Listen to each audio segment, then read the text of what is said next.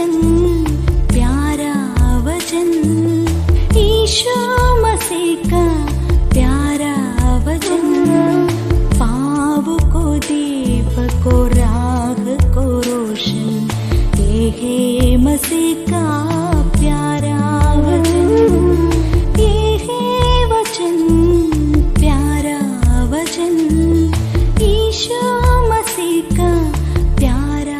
परमेश्वर के धन्य नाम की महिमा हो।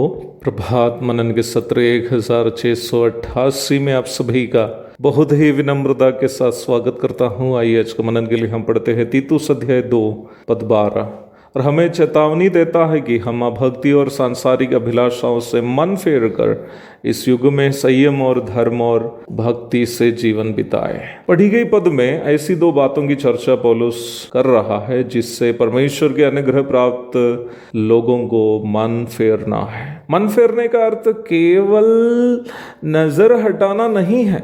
मान लीजिए कि हम रास्ते से पैदल जा रहे हैं, उसी रास्ते में कहीं मनुष्य का मल पड़ा हुआ है। हम क्या करेंगे? क्या हम वहाँ खड़े होकर झांझने परखने की कोशिश करेंगे कि क्या ये सही में मनुष्य का मल है या किसी जानवर का? कभी नहीं। हम मुंह फेर कर वहाँ से जितने जल्दी हो सके उतना जल्दी भाग जाएंगे, है ना। परमेश्वर का वचन हमें सिखाता है कि अभक्ति और सांसारिक अभिलाषाओं के प्रति परमेश्वर के अनुग्रह प्राप्त विश्वासियों को अर्थात उद्धार पाए हुओं को मन फेरना है। अभक्ति शब्द भक्ति शब्द का विलोम शब्द है। भक्ति परमेश्वर के वचन के अनुसार परमेश्वर के प्रति एक व्यक्ति का बेशर्त समर्पण को दर्शाता है।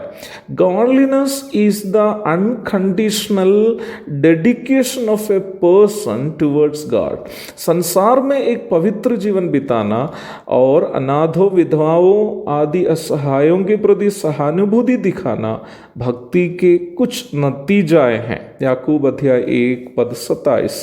तब अभक्ति अथवा अनगॉडलीनेस क्या हो सकता है? परमेश्वर के प्रति समर्पित नहीं रहना, जिसकी नतीजा स्वरूप हम ना पवित्र जीवन बिता पाएंगे, ना ही अनाथों, विधवाओं एवं अन्य अशरणों के प्रति किसी प्रकार की सहानुभूति नहीं रख पाएंगे। अनुग्रह अथवा ग्रेस जैसी मदद को दर्शाता है। अनुग्रह अथवा ग्रेस ऐसी मदद को दर्शाता है जो हम उस समय प्राप्त किया जब हम उसे पाने लायक नहीं थे। हम स्वर्ग जाने लायक नहीं थे, हमारा योग्यता नरक जाना था, परंतु परमेश्वर का अनुग्रह हमें उस नरक से बचाया जिसके हम लायक थे, और उस स्वर्ग का हमें बनाया, लायक बनाया जिसका हम लायक नहीं थे। अगर ऐसी बात है तो हमें उस प्रभु के प्रति आभार होकर ऐसे सभी कार्यों से मन फेर कर चलना है जो हमें परमेश्वर के प्रति समर्पित रहने से वंचित रखते हैं।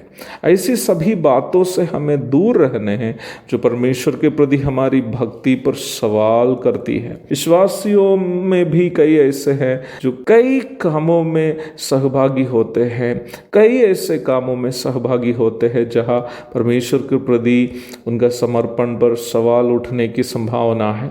उदाहरण स्वरूप वर्तमान काल के कुछ नौजवान भाई बहन जिनका गीत गाने की प्रतिभा है, सिनेमा आदि सांसारिक क्षेत्रों में भी काम करना गलत नहीं समझते हैं। उसके लिए वे लोग कई कारण भी आपसे बताएंगे, परंतु मैं इस बात पर बस इतना ही बताना चाहता हूँ। क्या प्रभु के द्वारा आपको मिला हुआ गीत गाने की प्रतिभा को क्या आप पूर्णतः परमेश्वर से अपना समर्पण दिखाने के लिए इस्तेमाल कर पा रहे हैं, या दुनिया के सामने आपकी प्रतिभा दिखाकर खुद नाम कमाना आपका लक्ष्य है? अगर आप सच में परमेश्वर से प्रेम करते हैं तो आपने ये सवाल अपने आप से कीजिएगा। जब मैं स्कूल में पढ़ाई कर रहा था, कई इंटर स्कूल गीत प्रतियोगिताओं में पुरस्कार जीतने का मौका मुझे मिला। हाई स्कूल में पढ़ते वक्त हमारे स्कूल के संगीत अध्यापिका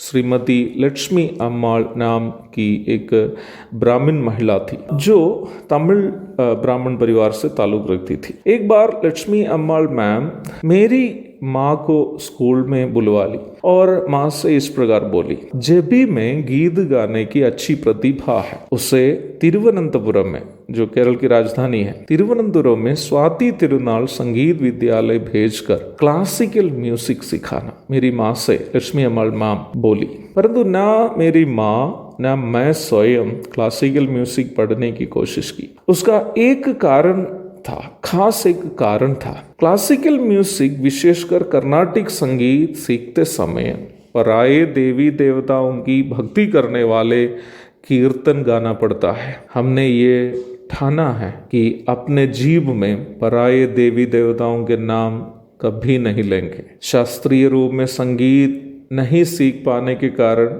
जब मैं गाता हूँ तो उसकी कमी घटी दिखाई देती ही है, परंतु इस बात पर मुझे दुख नहीं है। मैं इस बात पर खुश हूँ कि प्रभु के प्रति मेरे प्रेम में मैंने कभी समझौता नहीं की।